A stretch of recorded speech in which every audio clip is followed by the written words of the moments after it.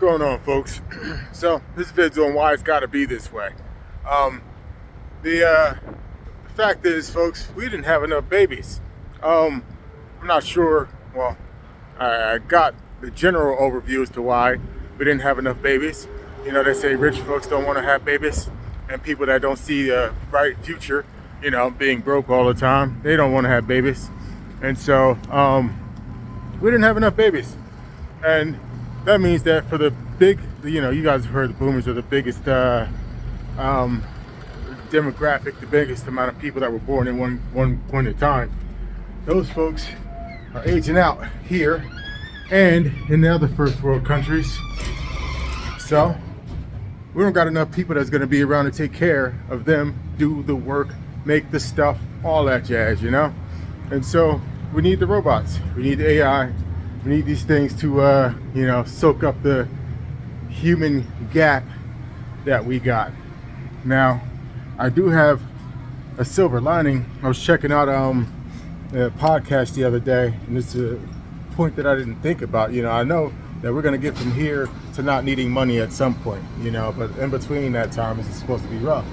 Well, the guy that invented the internet browser, that dude, he was like, yeah, you know, it's going to be like that, and then the whole snake eating its own tail thing is going to start taking hold.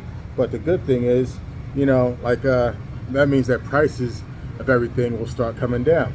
Like, you know, you lost your job, there's no demand in the economy, companies fire people, and then they can't sell as many products, so they got to start lowering prices, which means, you know, eventually you can get by with much less than you're getting by with right now, because who are they going to sell it to? You know, you ain't got no money, right? And the robots are doing everything anyway, so it's no skin off their back to drop the price. So it might go down from, you know, your something goes from $100 to $10 to $1, which is $1. That's nice, you know. I can get by with something. Get by if everything is super cheap like that. Either way, yeah, it's got to be this way.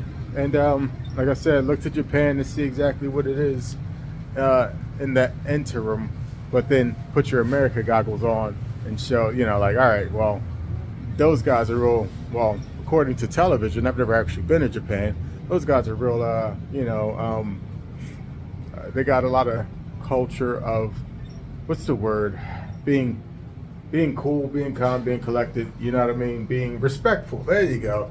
America don't have that. So, you know, America goggles.